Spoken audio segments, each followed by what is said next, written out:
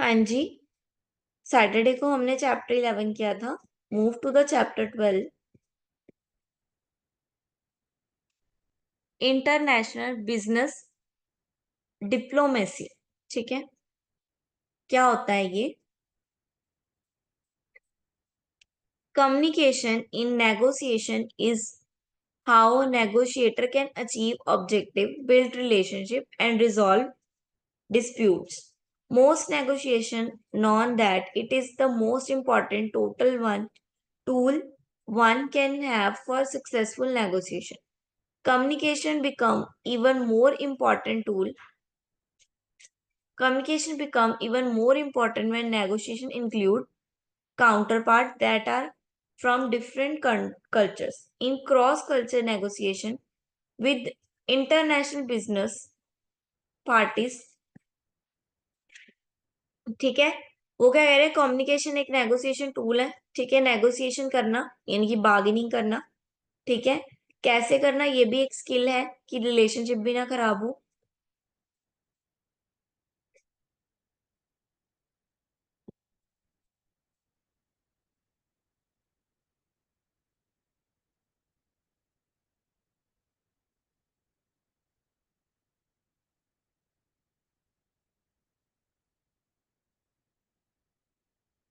ठीक है, कैसे करना कि कोई रिलेशनशिप भी ना खराब हो और हमें बेनिफिट्स भी मिले ट्रेड करने के। तो इंटरनेशनल बिजनेस नेगोशिएशन क्या होता है? इट इज डिफाइनेड इंटरेक्शन होती है टू पीपल में, दो लोगों में, दो सोसाइटी में, दो यूनिट्स में। ठीक है, मतलब यहाँ का हमारा नेशन और दूसरा नेशन, दोनों नेशन के बीच में क्या हो रही है? बातचीत हो रही है, कम्युनिकेशन हो रही है, इंटरेक्शन हो रही है। किसके रिलेटेड? बिजनेस मैटर के रिलेटेड। और दोनों कंपनीज क्या चाह रही हैं? अपनी कंट्री का फायदा या अपना फायदा।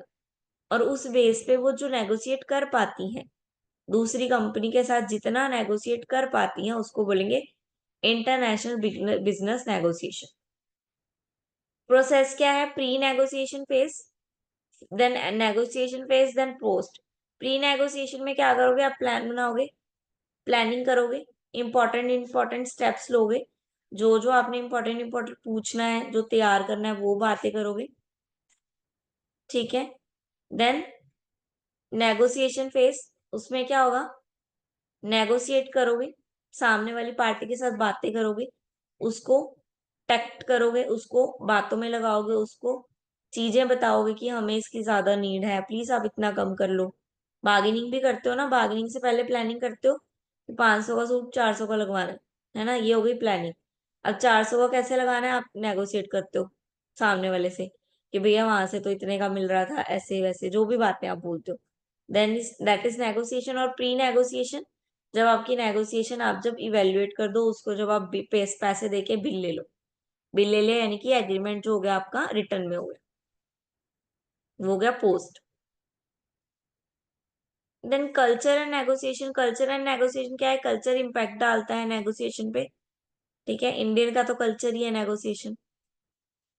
ठीक है, जो कोर कल्चर है, अगर हम ट्रेडिशन पे जाएं, वैल्यूज पे जाएं, तो कोई सामने वाला उस पे ज्यादा हम पे नेगोशिएट नहीं कर सकता, क्योंकि उसको उस कल्चर की इतनी नॉलेज नहीं होगी जितनी इंडिया के लोगों को होगी।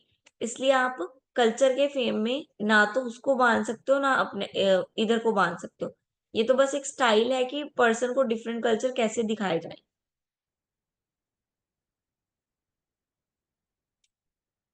प्रोसेस क्या है? सबसे पहले गोल सेट करना, गोल सेट करेंगे सबसे पहले। देन प्रोटोकॉल बनाएंगे, प्रॉपर प्लानिंग करेंगे। देन कम्युनिकेशन करेंगे सामने वाले से। फिर टाइम, फिर देखेंगे सेंसिटिविटी ऑफ टाइम, टाइम कितना है, कितनी लिमिट है। ठीक है, देन रिस्क देखेंगे, रिस्क कितना आ रहा है, जो जो सामने वाला बोल रहा है उस पे हमें रिस्क कितना आ रहा है। Then group word, group versus individual, जैसे भी सेट बैठता है, ग्रुप इंडिविजुअल है, इंडिविजुअल ग्रुप है, जैसे भी सेट बैठता है, इंडिविजुअल टू इंडिविजुअल है, जैसे भी नेगोशिएशन हो पाए वैसे करेंगे। देन नेचर ऑफ एग्रीमेंट जो है, वो नेचर जो होगा एग्रीमेंट का, वो कॉन्ट्रैक्ट के रूप में एक तरह से रिस्पेक्टेड फॉर्म में, रिटर्न फॉर्म में लिख दिया जाएगा। Then acid protection. Acid protection क्या हो गया? अब अपने एसेट्स को बचाना है, अपनी वेल्थ को बचाना है हमने, ठीक है, टैक्स से, ठीक है, सीज होने से, लॉस होने से हम अपने एसेट को प्रोटेक्ट करेंगे, ठीक है, लीगली किसी भी तरह से अपने एक्स को एसेट्स को हार्म होने से हम क्या करेंगे, प्रोटेक्ट करेंगे।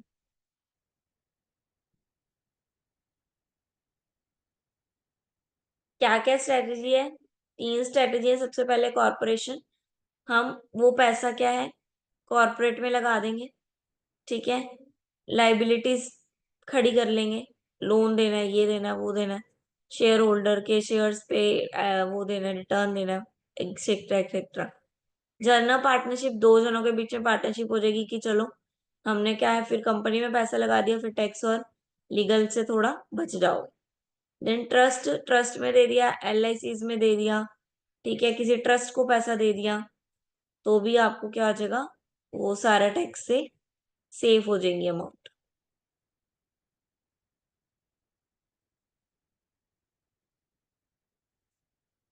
देन मल्टीलेटरल, मल्टीलेटरल क्या होता है, एक प्रोसेस है, organisation relation between group of 3 और more states, it are considered to compromise certain qualitative matters or principles that shape the character of the agreement or institution. Let us consider example.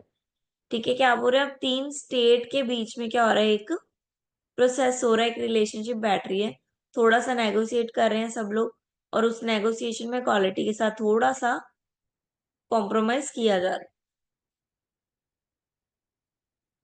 अब इन्होंने बता दिया, जो कि 2022 में हुआ था, किसके बीच में, यूनाइटेड स्टेट और साउथ ईस्ट एशिया। क्या हुआ था, south east area decide makes makers saw the United States as disengaging from the strategical vital crossroad of Asia and rapidly losing ground of to China.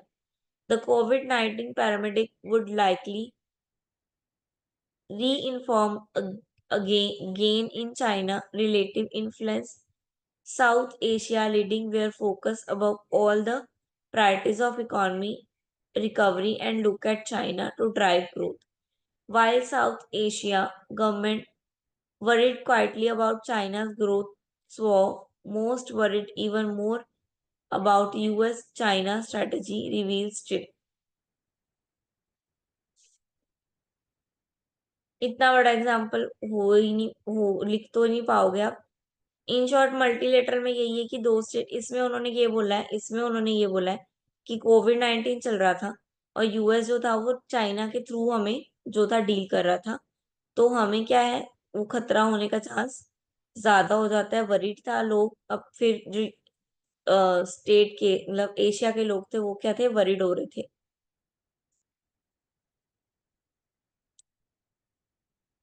ठीक है, dealing 2 state में है, लेकिन third state in the middle है, तो वो भी connect होगा ही होगा, उसका भी फर्क पड़ेगा ही पड़ेगा।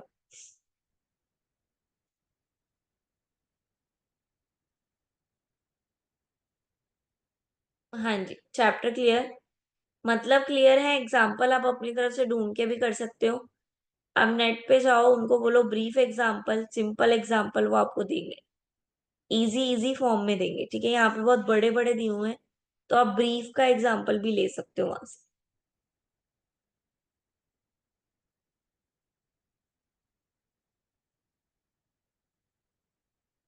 हाँ जी, क्लियर है, any problem, any doubt?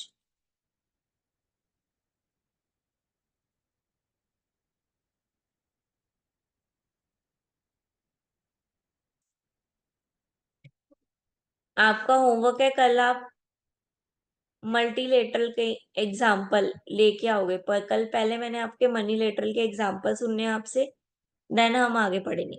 Money lateral के एग्जाम्पल, दो दो एग्जाम्पल दोनों देख के आओगे, ठीक है, कल मैंने आपसे एग्जाम्पल पूछने हैं मनी लेटरल के, हो जाएगा। दो दो नहीं तो एक एक एग्जाम्पल, एटलीस्ट 2 मिनट लगते हैं, क्रोम खोलना है, चैट जीपीटी खोलना है, उसको बोलना है एग्जाम्पल, उसने आपको दे देना है, आपने उसको रीड करना है, समझना है और मुझे कल एक्सप्लेन करना है, बस। पांच मिनट का भी काम नहीं है टोटल सारा। ठीक है, तो मनी लेटर के कल एग्जाम्पल मैंने आपसे पूछने। Then next chapter that is country evaluation and selection. अब हमने इंटरनेशनल बिजनेस तो करना है। ठीक है, हम बिजनेस करने जा रहे हैं इंटरनेशनली। ठीक है, बाहर की क्लाइंट्स के साथ, बाहर कंट्री के साथ। तो हमें वो कंट्री चूज भी करनी होगी कि हम कौन सी कंट्री के साथ डील कर सकते हैं। ठीक है, कौन सी कंट्री में हमारे कंट्री का प्रोडक्ट जो है वो वर्केबल है। ठीक है, लोग उसको पसंद करेंगे।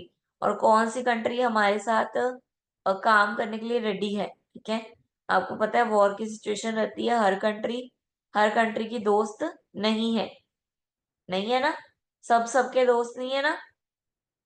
तो इसलिए ये देखना कि कौन सी कंट्री हमारे लिए बेस्ट है, उसको सिलेक्ट करना। ठीक है, और उसके फिर ये देखना कि वहां पे हमारे प्रोडक्ट को अच्छा रिस्पॉन्स मिल पाएगा या नहीं। तो सबसे पहले आ गया लोकेशन डिसीजन प्रोसेस। सबसे पहले हम लोकेशन देखेंगे। ठीक है, जो कि मोस्ट इंपॉर्टेंट फैक्टर है। ठीक है, इंडियन एंटरटेनमेंट का एग्जांपल मार दिया, the location, location and location most important factor. ठीक है, कोई भी इंटरनेशनल बिजनेस करना है तो लोकेशन जो है वो सबसे इंपॉर्टेंट फैक्टर है। हमारे पास वर्ल्ड में मोर देन 200 कंट्रीज है, लेकिन हम अपॉर्चुनिटी और रिस्क देखकर ही, लोकेशन देखकर ही अपने प्रोडक्ट ऑफर करते हैं। ठीक है, मैंने गर्मियों के कपड़े बेचने शुरू कर दिए और मैं ऐसी जगह पे गर्मियों के कपड़े बेच दूं जहाँ पे 12 महीने ठंडी रहती है, तो क्या कोई मेरे कपड़े खरीदेगा? हाँ जी, क्या कोई मेरे कपड़े खरीदेगा?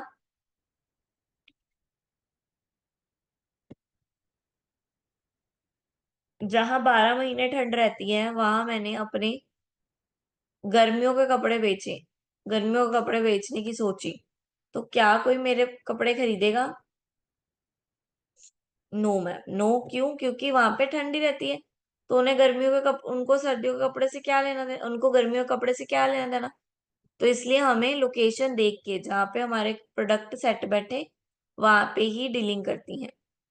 Then scanning, second is scanning. Scan करेंगे, स्कैनिंग में फोर क्वेश्चन आते हैं हमारे आगे। सबसे पहले, डस कंपनी ओ 100% ऑनरशिप। क्या कोई कंपनी हमें 100% ऑनरशिप देगी उस पे? अब हम फॉरेन में डील कर रहे हैं तो फॉरेन वाले चाहेंगे कि हमारे पास भी उसका कुछ शेयर हो। तो क्या हमें ये देखना है क्या वो हमें 100% ऑनरशिप दे रही है? ये तो नहीं हम कंपनी खोले और वहां जाके उनकी हो जाए। ठीक है, then managerial tax, tax rate. Tax rate कितना लग रहा है वहां पे प्रोडक्ट सेल करने का या वहां से अर्निंग करने पे हमें कितना टैक्स लगता है। जैसे यहाँ पे 5 लाख 12 लाख पे टैक्स फ्री है ना, तो वैसे वहां पे भी चेक करना है कि कितने पे टैक्स फ्री है। ठीक है, then potential sale of the product, कितनी सेल हो सकती है हमारे प्रोडक्ट की। Then what will the future potential leader, future में हम कैसे अपने प्रोडक्ट को और एनहेंस कर सकते हैं। Then detail analysis, detail analysis में क्या है, डिटेल स्टडी करेंगे। ठीक है, प्रॉपरली एनालाइज करेंगे कि क्या क्या काम होना चाहिए, क्या क्या काम चल रहा है, डिटेल में स्टडी करेंगे।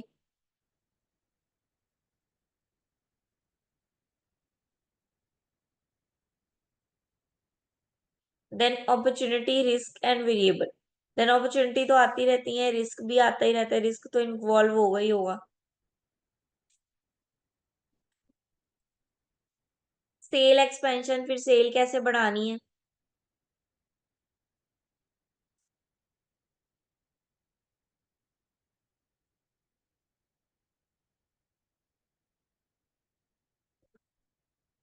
नाउ सेकंड है गया micro economic indicators. Micro economic indicators क्या है? स्टैटिस्टिक्स और data reading that reflect the economic circumstance of a particular country, region, or sector. They are used by analytics and governments to assess the current and future health of the economy and financial marketing.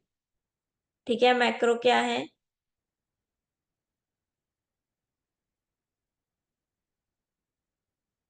Macro क्या है?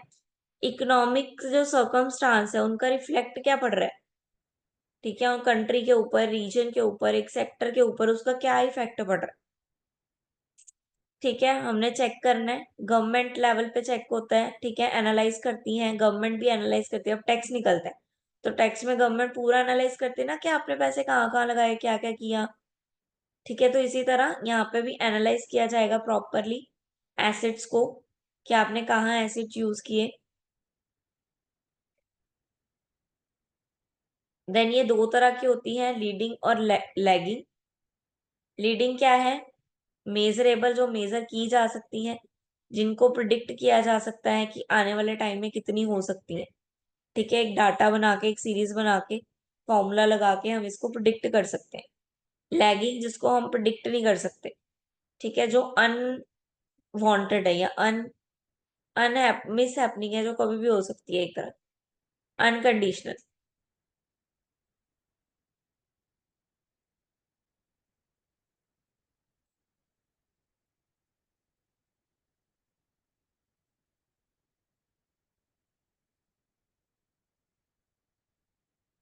Then micro आ गई। Macro और micro दोनों में क्या फर्क है? हाँ जी, कौन बताएगा? आप दोनों में से आप ही बताओगे, जल्दी बताओ। माइक्रो और मैक्रो दोनों का डिफरेंस बताओ।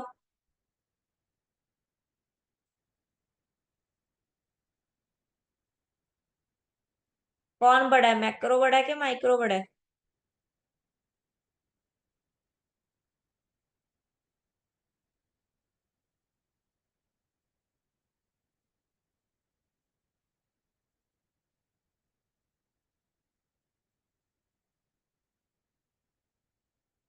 मैक्रो बड़ा है, ओके। मैक्रो में क्या होता है और माइक्रो में क्या होता है?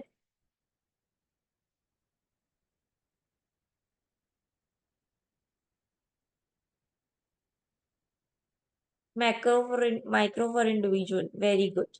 माइक्रो जो होता है वो इंडिविजुअल या एक सेक्टर या एक कंपनी के लिए होता है, एक इंडस्ट्री के लिए होता है। और जबकि मैक्रो जो होता है वो पूरी गवर्नमेंट, पूरा नेशन, पूरी कंट्री के बारे में होता है। ठीक है, अब जैसे माइक्रो में हम बात करें तो हम क्या करेंगे, एक स्पेसिफिक इंडस्ट्री के बारे में बात करेंगे कि इंडस्ट्री की क्या पॉलिसीज होनी चाहिए, क्या कंपटीशन उसको फेस करना पड़ता है। ठीक है, जनरली उसकी डिमांड और सप्लाई कितनी होनी है चाहिए या कितनी होगी। ठीक है, वो बिजनेस में कैसे हेल्प करेगा, बिजनेस कैसे अंडरस्टैंड करेगा। तो that is the part of micro, जब हम एक इंडस्ट्री की बात करें।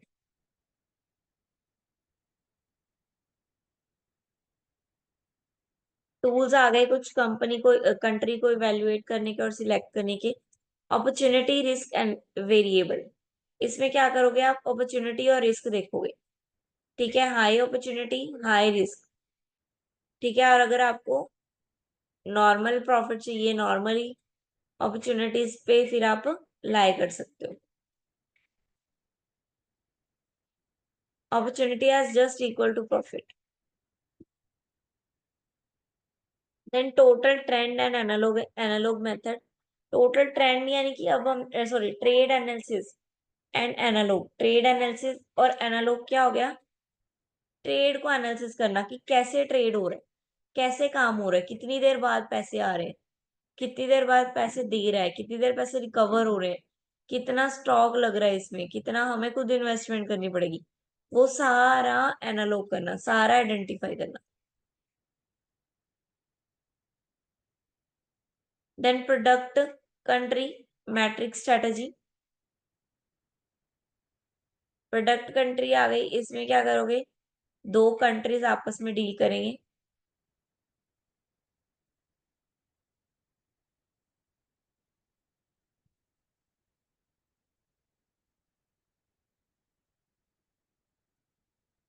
ठीक है, इसमें प्रीवियस डाटा जो कि क्या है हमारा,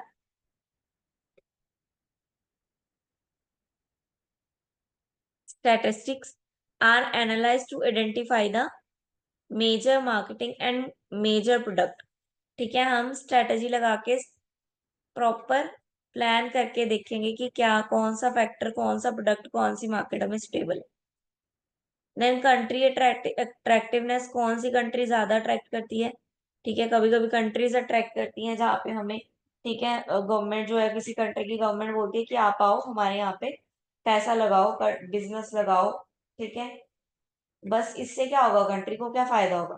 कंट्री को फायदा ये होगा कि वहां के जो एम्प्लॉयज होंगे, ठीक है, उनको, जहाँ के लोग होंगे वहां की, उनको नौकरियां मिलेंगी। ठीक है, उनका रोजगार चलेगा। तो बहुत सी कंपनीज हैं, बहुत सी कंट्रीज हैं, क्या कहती हैं कि हमारे यहाँ पे आके अपना बिजनेस सेटअप करो। मान लो कोई बंजर जमीन है किसी कंट्री में, तो वो बोलेगा यहाँ पे बिजनेस सेटअप करो, क्योंकि वो जमीन उसके काम की नहीं है। ठीक है, कहीं कहीं पे हमें इतने अच्छे फैक्टर्स मिल जाते हैं, जैसे लोग इंडिया, इंडिया में बाहर के लोगों को इतने अच्छे फैक्टर्स मिलते हैं कि बाहर की कंपनियां इंडिया में पैसे लगाने के लिए रेडी रहती हैं। क्यों? यहाँ पे रिसोर्सेज मिल जाते हैं, लेबर सबसे जीरो, लो कॉस्ट पे लेबर मिल जाती है। ठीक है, इस वजह से। Then primary market, secondary market पड़ा ही होगा। प्राइमरी मार्केट जहाँ पे फर्स्ट डीलिंग की जाती है, सेकेंडरी मार्केट जहाँ पे हाई रिस्क होगा। ठीक है,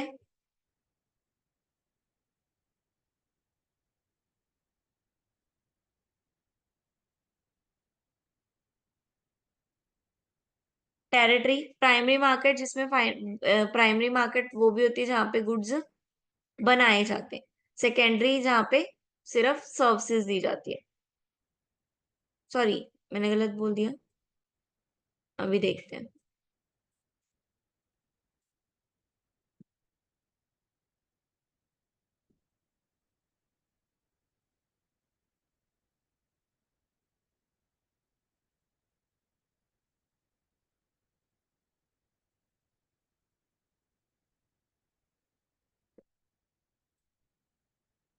प्राइमरी में भी जो मेन सेक्टर होगा, जैसे कि हमारे इंडिया में एग्रीकल्चर है। ठीक है, तो हमारा वो मेन सेक्टर प्राइमरी वो है। सेकेंडरी सेक्टर जो सारी इंडस्ट्रीज आ गई। हाँ, प्राइमरी सेक्टर यानी कि जिससे हमें सबसे ज्यादा रिटर्न आ रहा है। ठीक है, जो ग्रो में जा रही है। सेकेंडरी जो प्राइमरी के बाद आएगी, प्राइमरी गुड बनाएगा तो वो सेकेंडरी काम कर पाएगी। जैसे कि इंडस्ट्री, जब तक प्राइमरी यानी कि एग्रीकल्चर का खाना, फूड नहीं बनेगा, तब तक सेकेंडरी कंपनी उससे नेक्स्ट प्रोडक्ट, मान लो फ्रूट ड्रिंक्स बनानी है, तो वो नहीं बना पाएगा। टेरिटरी यानी कि सर्विसेज, जो सर्विसेज देता है वो वाला सेक्टर। ठीक है,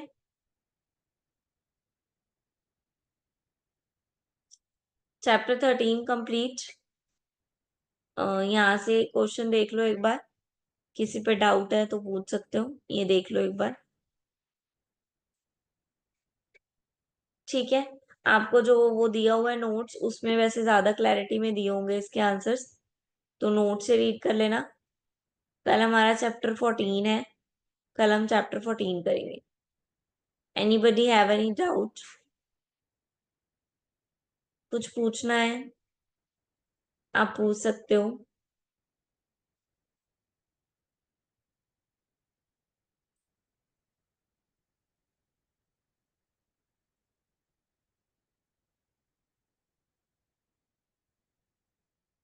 नो मैम, ओके।